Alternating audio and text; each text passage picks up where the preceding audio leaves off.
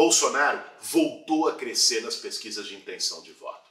Isso reforça aquilo que a gente tem dito há bastante tempo aqui no Café com Bolos. Ele não é cachorro morto. Apesar de toda a tragédia, de toda a desgraça que é o seu governo, ainda tem uma base social sólida. É claro que o Lula é o grande favorito para ganhar as eleições, mas a gente não pode subestimar o risco Bolsonaro.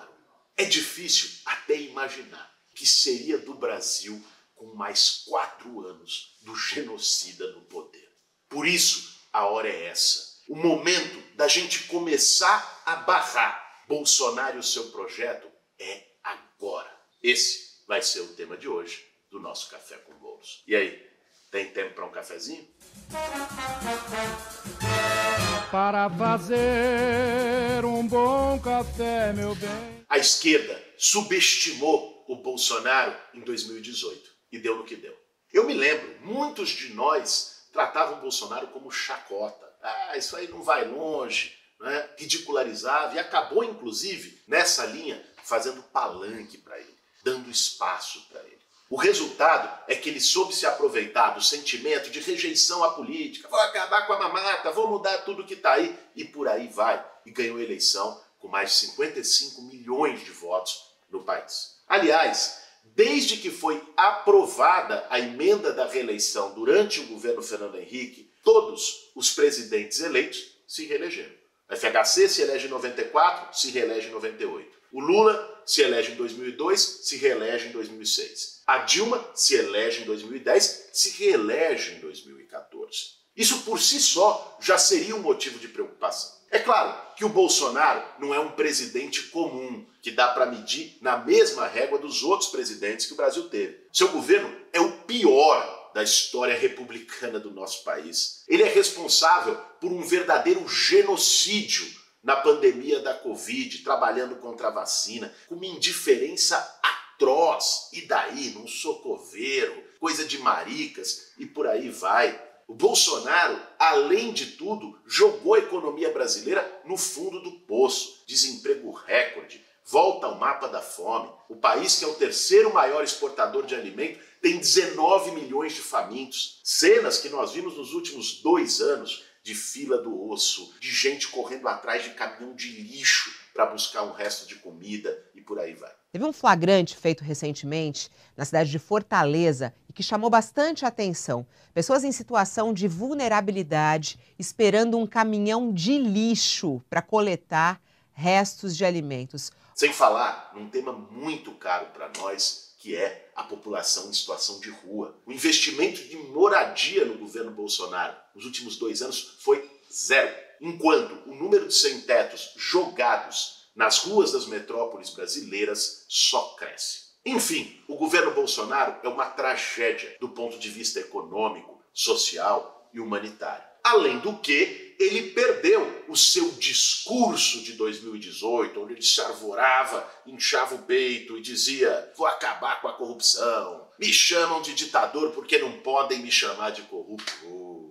Se podem, Jair. Nesse governo é impressionante o quanto que se acumulou de escândalos de corrupção. O mais recente foi barras de ouro, que tinham que ser entregues para pastores aliados do Bolsonaro como propina para liberar creche, escola para os municípios. A gente podia falar de tantos outros esquemas de rachadinha envolvendo o filho dele, mansão de 6 milhões. Aliás, praticamente todos os filhos dele estão indiciados por algum processo criminal. Ali o jogo é brabo, a barra é pesada. Além da corrupção tradicional, do centrão que nunca teve tanto poder como hoje no governo Bolsonaro, tem a milícia. Gente, imaginem vocês, saiu uma denúncia há 2 semanas de que foi tramado um assassinato dentro do Palácio do Planalto, do miliciano Adriano da Nóbrega, para queima de arquivo. Ali o buraco é mais embaixo. Mas apesar de tudo isso, o Bolsonaro permanece tendo um núcleo duro que não é irrelevante. Um setor da sociedade que o que ele falar vai atrás. Se ele falar que a Terra é plana, o pessoal vai questionar os professores de geografia. Se ele falar que vacina da AIDS, como ele falou, as pessoas não vão querer tomar vacina, como muitos negacionistas acabaram não tomando por estímulo do presidente. E por aí vai. Ele tem esse núcleo duro e ele tem também a máquina na mão. Esse é um ponto importante. Em 2018, o Bolsonaro tinha a máquina do ódio, que era lá as fake news, segmentação de redes sociais com psicometria, disparo em massa de WhatsApp. Aquilo, naquele momento no Brasil, era uma novidade. Embora já tivesse sido usado anos antes, no Brexit no Reino Unido, com a Cambridge Analytica, depois na eleição do Trump nos Estados Unidos, mas aquilo impactou e foi decisivo para a eleição de 2018. Agora, essa máquina do ódio virou o gabinete do ódio, ou seja, está institucionalizada, com dinheiro público, sediada no palácio, sob o comando do Carluxo. E além disso, ele vai ter a máquina da administração pública, coisa que ele não tinha em 2018. Tempo de televisão, muitos partidos, grana do fundo eleitoral, palanques regionais e a caneta na mão para fazer políticas que soam eleitoreiras. Pega, por exemplo, o Auxílio Brasil. É fundamental ter uma transferência de renda para as pessoas. Agora o Bolsonaro só foi fazer isso no ano eleitoral e o prazo de validade é dia 31 de dezembro, depois acaba. Ele acabou com o Bolsa Família na prática. Mas isso, de toda forma, não deixa de ter um impacto eleitoral. Além do que, a saída patética do Sérgio Moro da disputa é uma coisa impressionante. O quanto esse sujeito é capaz de fazer pataquada. O Moro, o cara lá que se vendia como um herói contra a corrupção e tal, prestígio. Daqui a pouco vai sair candidato a vereador em Maringá. Se tivesse foro privilegiado, com certeza era o que ele ia escolher. Né? Vai, muda de partido, trai um, é xingado por outro. Aí quem partido que ele entra diz que vai melar a filiação dele se ele quiser ser candidato a presidente. Ou seja, Sérgio Moro está tendo o fim que merece. Mas a verdade é que parte dos votos que estavam ali indicados para o Moro, 5%, 6%, 7%, a depender da pesquisa, quando ele sai do jogo, migram para o Bolsonaro. O que ajuda também a explicar esse crescimento das pesquisas nas últimas semanas. Vamos reafirmar aqui uma coisa importante, para a gente não entrar no desespero, no vale de lágrimas, porque da mesma forma que o já ganhou, o já perdeu também é desmobilizador. Nós temos que ter uma análise realista da situação. O Lula, sem sombra de dúvidas, repito aqui, é o favorito para ganhar as eleições. Isso não é só as pesquisas que dizem, anda na rua, vai para o Data Boteco, conversa com as pessoas. A rejeição do Bolsonaro é altíssima, não por acaso. Pior governo da história do país, mas o risco do Bolsonaro não está descartado. Nós precisamos ter uma análise concreta, realista da situação política e das perspectivas eleitorais desse ano. Agora vamos só fazer um exercício escatológico, apocalíptico de imaginação.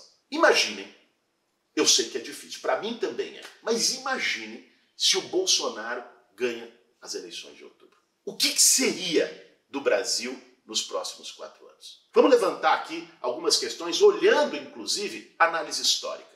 Não tenham a menor dúvida que um efeito de uma eventual reeleição do Bolsonaro seria o aumento exponencial de um risco de golpe no país. Os golpes não acontecem da noite para o dia, e cada golpe tem a sua particularidade, mas sempre são golpes. O golpe de 1964, um golpe militar com armas que destituiu um presidente eleito, o João Goulart, esse golpe começa em 64, né, num primeiro momento menos agressivo, ofensivo, e ele se radicaliza em 68, com o ato institucional número 5. É aí que se generaliza tortura, cassação de mandato, fim de habeas corpus, ou seja, a ditadura aberta e escancarada. Demorou 4 anos. Pega um exemplo mais recente, na Hungria. Depois que conseguiu a sua primeira reeleição, o Viktor Orbán, presidente da Hungria, que o Bolsonaro chama de seu irmão, foi para uma linha autoritária profunda. Porque quando se reelege,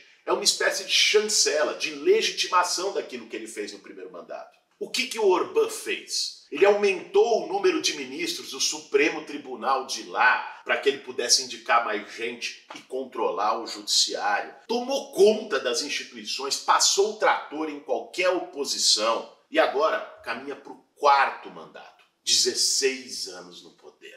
É isso que o Bolsonaro quer. Esse é o projeto dele, depois dele o Bananinha, o Carluxo, sei lá eu, querer estabelecer uma dinastia. Não é de se excluir, caso esse cidadão continue no poder, que ele consiga condições para aumentar o número de ministros do Supremo, para aumentar o poder do presidente da República para governar por decreto e uma série de outras medidas que devastariam de vez a democracia brasileira, que está tão ferida. Isso sem falar no aprofundamento das políticas que ele já fez até aqui, mas não teve força para levar até as últimas consequências. Liberação de arma, por exemplo. Vocês acham, ele tendo um segundo mandato, que ele não vai dar um jeito de liberar geral o porte de arma no país? Ou então, a questão da Amazônia, que ele fez o jogo do agronegócio mais predatório, da mineração ilegal em terras indígenas. É o fim das terras indígenas, que já estão sendo tomadas por garimpo ilegal, por madeireiro, por todo tipo de gente sob a chancela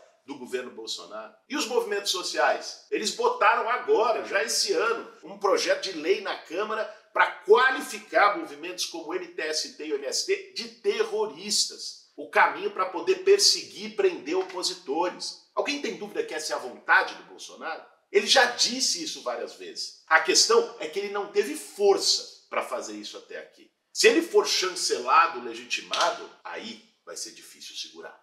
E teria ainda, gente, a questão social. O Guedes disse esses dias, se o Bolsonaro for reeleito, vai aprofundar a política econômica. Isso soa quase como uma ameaça contra o Brasil. Essa turma, na política econômica, fez o maior estrago do último período. Tentaram entregar todas as empresas nacionais. Eles que diziam Brasil acima de tudo, fizeram um governo lesa-pátria. O Brasil voltou ao mapa da fome, gente. Destroçaram as políticas sociais. Dizem que a universidade não tem que ser para todo mundo, deve ser só para uma elite intelectual. Imaginem eles terem carta branca. O que é que não vão fazer de vez? Tentar destruir o SUS, a educação pública, acabar com a autonomia universitária. É mais desemprego, porque não vão mudar a política econômica. E essa política que achatou o investimento público não permite geração de emprego e renda. Portanto, é mais fome. Não tem nenhuma política para a agricultura familiar, para retomar estoque regulador da Conab. Não, é só agronegócio. O agronegócio é exportador, quer vender em dólar lá para fora e não botar comida na mesa do povo brasileiro. Enfim,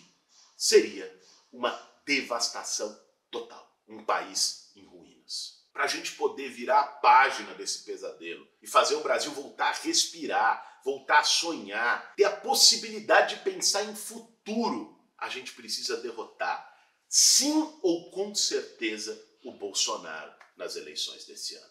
O que está em jogo nas eleições de outubro não é apenas mais uma disputa partidária eleitoral entre candidatos, como muitas que a gente já viu. O que está em jogo é uma encruzilhada histórica do nosso país. Não é só uma eleição, é o futuro de uma próxima geração.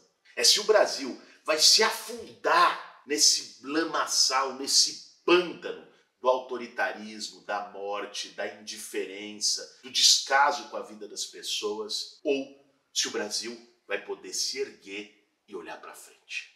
O nosso papel nesse ano não é apenas ir lá no dia 2 de outubro e votar. O nosso papel esse ano é disputar mentes e corações. É dialogar com as pessoas onde a gente estiver, em casa, no grupo de zap, com a família, com os vizinhos, no supermercado, na escola, na universidade, no trabalho.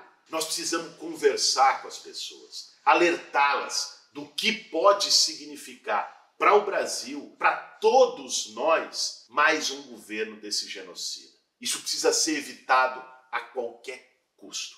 Nós vamos fazer isso, em primeiro lugar, com cada um assumindo a sua responsabilidade, convencendo, furando bolhas, virando voto, virando opiniões, e vamos fazer isso também com muito engajamento, com muita mobilização. Organizando núcleos, comitês, debates, ações em praça pública em todo o país. Não dá para deixar para fazer esse debate lá na frente, na véspera da eleição. Vocês lembram da história da campanha do vira-voto? Isso não pode acontecer só na última semana. Nós temos 6 meses.